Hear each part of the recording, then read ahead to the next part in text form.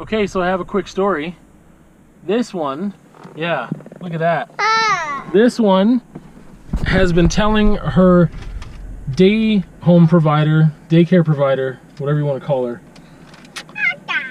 that she is a cat. Apparently she's been telling her this for about 1.5 to 2 years. That cat has not existed for about 1.5 to 2 years because the cat has not been around. Like, the cat has never lived there since I've stepped foot in that house over 1 year ago. And I don't recall that cat existing when Randy and I met. She told me about how the cat got lost. But she told me that, like, I mean, that was way after it happened from my recollection. Either way, that cat doesn't exist. Can I see your picture, Lo? Okay. Okay. The daycare provider was like, oh, we made some dog treats today, and I don't know if your cat will like them, but Lily really wanted to take them home, and like, because you don't have a dog, but you have a cat, and I was like, we don't have a cat. And she was like, what? She talks about the cat all the time. She even made me print this out so she could color it, because it's a picture of her and her cat. And this was yesterday. Let's see, Lil. It's this cat right here. Yeah. So she said, like, yeah, I want that one because that's me and my cat. But yeah, that's really pretty. But there is no cat. There's no cat. And she like makes up stories about how, like, yeah, the cat scratched me, or like this thing happened with the cat. And this woman for like over 1 year has thought that this cat has existed that doesn't exist. All right, I went for a ride today. I was not in a very good emotional, mental state before the ride. I was very agitated, frustrated, mentally, emotionally exhausted, annoyed. It was very active. It was like exhausted from things that have been happening and piling up. And then it was like anxiety and pressure from things that happened like immediately before the ride. I was also physically not 100%.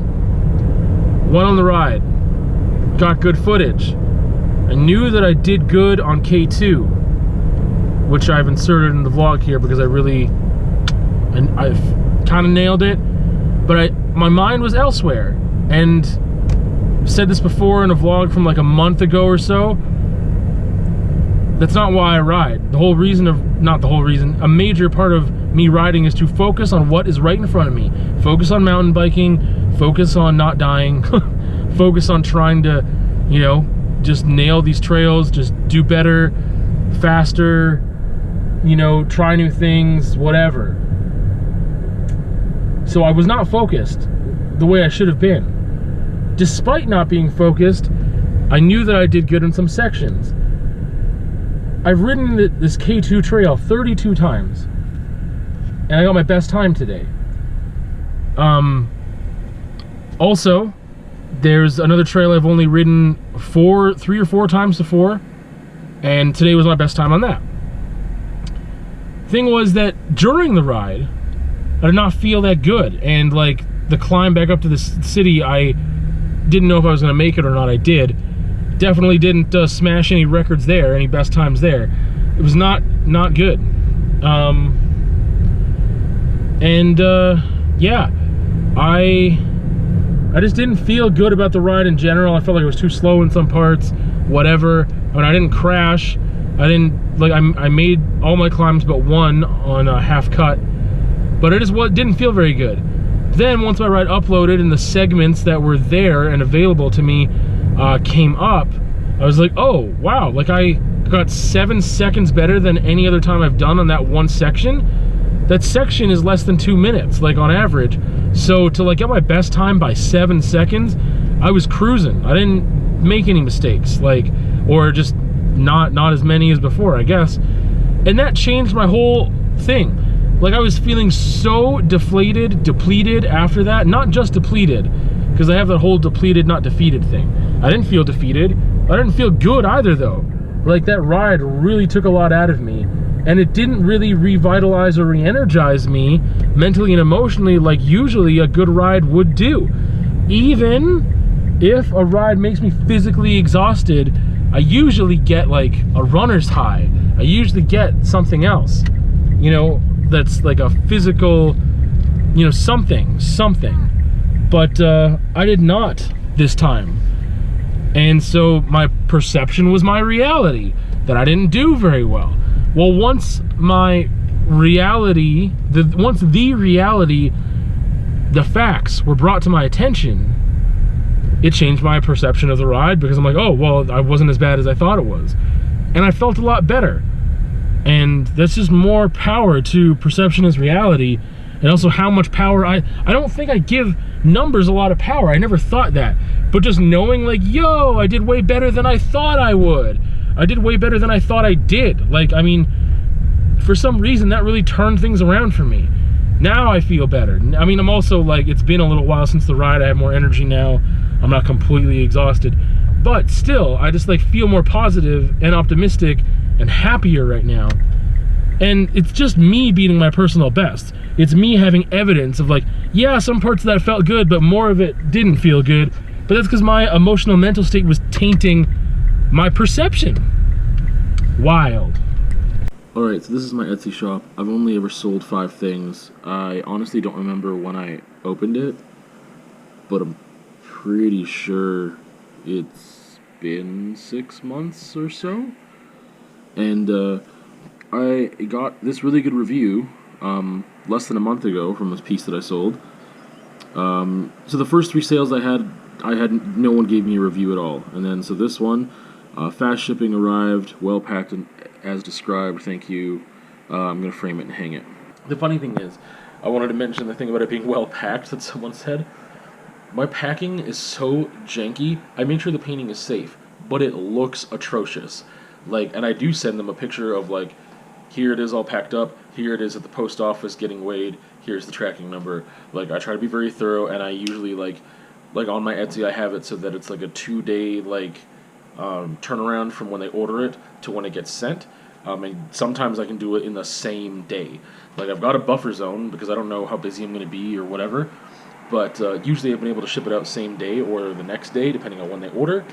And within 24 hours anyway. So that's good. I'm glad I've been able to do that. But yeah, the packaging thing was like, it was well packed. I'm like, yeah, it was well packed. It just looks horrible.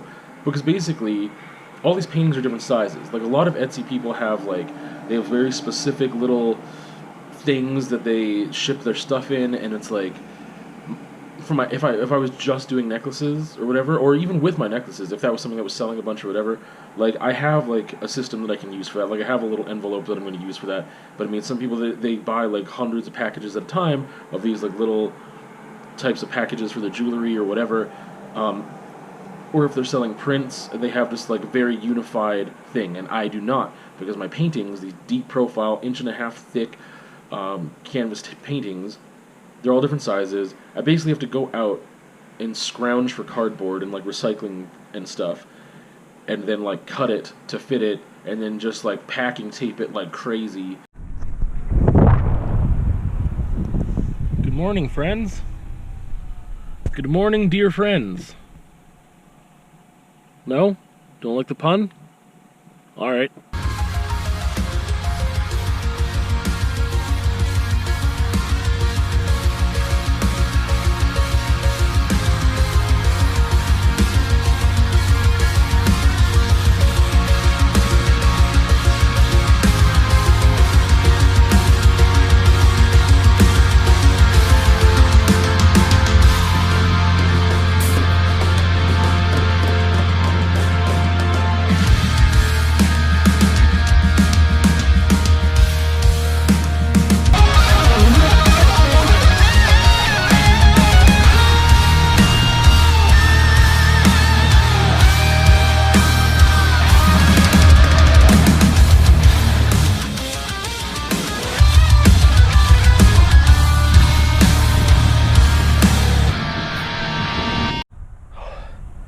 Man, I need some new gear.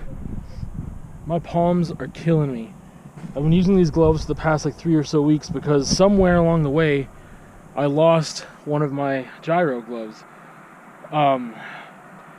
These are my old BMX gloves, and I was using them when I started mountain biking at the very beginning. And then I last year upgraded to this guy here. It's got some nice padding, and it's a really good glove. I mean, the Velcro's great on it too, whereas this Velcro's like falling off and stuff. And these are older gloves, but man, like, yeah, it's time. I've got holes in the palms, fingers. Like, this in some areas isn't going to protect me a whole lot. It's still better than nothing, but also, like, my palms are killing me. Little vlog exclusive. So this is my second time watching the show Hannibal. Clarify again, the show, not the, I think it was it Showtime? I don't remember the network it was on.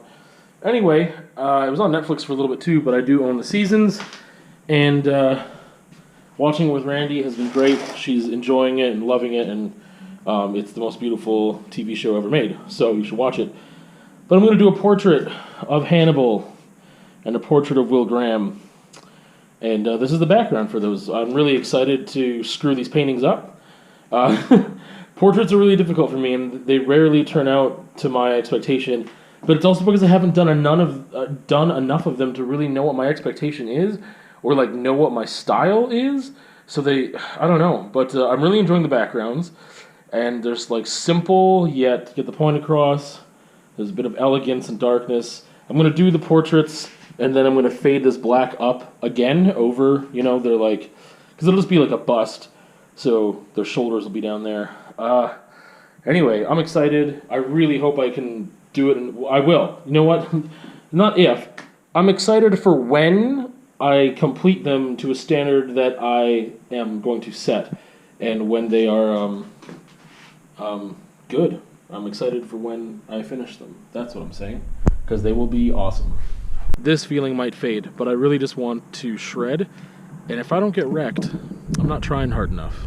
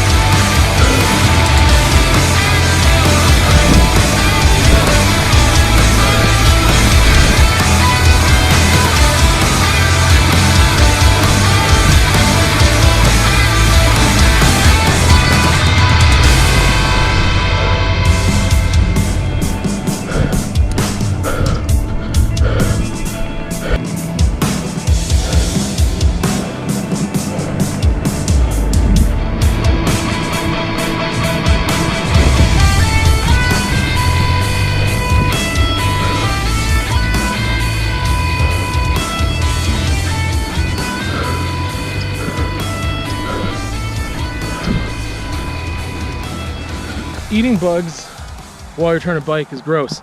But hey, now I don't need to buy supper. I ate so many. Man, I never bike at this time. It's like 7:30. I mean, if there wasn't all the smoke, it would look a lot different. Way prettier too. There's more animals out, for sure, which I knew. But I just went for a second ride. Like, I should have just combined it all into one ride, but I didn't think I had the energy or desire to ride again until I was kind of like done. And then, so I kind of had this like weird limbo break where I went to the store and got some groceries and then decided to go for another ride. I didn't want to do another climb, so I was like, oh, where do I want to ride? Friggin' mosquitoes everywhere, other insects, gnats, I don't even know what. And it just like flying, just clouds of them into my face. I need to learn to breathe through my nose when I'm biking at this hour. That's what I should do. So that's what I learned today. So, little school district update or job update or whatever. I never got an interview or a call or anything about that job that I was incredibly suited for, so that's sus. There's a lot of nepotism in education, a lot of who you know, rather than qualified candidates. Sometimes jobs get posted simply because they need to be posted by their, HR rules and whatever else that the district has set forth, sometimes the province. They get posted, but they already know who's going to get the job because they've already chosen them. Sometimes it's because they're in the building and they're just moving people around rather than bringing in someone new. So, in addition to that, with COVID stuff, a lot of teachers have been telling me, like, oh yeah, you're going to get so much work. And I'm like, we'll see, like, there's plenty of days that I haven't gotten any calls still, but there are people who, if they have any symptoms, they're supposed to stay home. And if they're supposed to stay home, it's X amount of days until they can come back. Either they have no more symptoms or they get a test done and they test negative for COVID-19. So, if they test negative, then they can come back right away. So when they're trying to book for subs, they can do it piecemeal, as in day by day by day by day, and then there's no continuity for that classroom, which is not great for students or the school. However, if they book someone, let's say, for 10 days, because they're supposed to be gone for 10 days, recommended by Alberta Health Services. But let's say that they book someone for 10 days, then they have to pay them salary, and they don't want to play with the budget that way. And if that teacher gets a negative test outcome, then the teacher can come back to work. So let's say that happens on the 6th day, and you had a sub that was booked for 10. Well then, that means you got 24 hours notice, and say, hey, you know those 10 days you wanted that you were, you know, booked for, and you didn't take any other bookings that you were offered because you had this booking? Well, sorry, but you're not going to finish those other days. We give you 24 hours notice, so like if the person knew they were coming back on a, you know, Saturday or Sunday, and be like, oh, you're not going to do those 3 days you had Monday, Tuesday, Wednesday. And again, that means I could have missed out on a call from another district or another school. Someone could have requested me. Maybe it was a holiday, had nothing to do with COVID-19 stuff. So it was like really guaranteed. More so than COVID-19 anyway, with like the test result thing. So still in a weird place, subbing, limbo, and yeah, that's the world. So that caps off the vlog this week. Still feeling a little nervous about the future of subbing, hit and miss stuff now for different reasons. I don't know. Eventually I got into a groove last year where my nerves calmed a little bit because I was getting regular calls, and there was enough calls in advance, like sometimes weeks in advance, that I kind of like felt chill for like, you know, a week or two at a time, because I was like, even if I don't get calls, I still have this booking. It's like 3 days. And anyway, sub life, scrub life. Not so much scrub life this year yet, because I have one job right now that I'm working for like 6 days consecutively, which is great for a couple of reasons.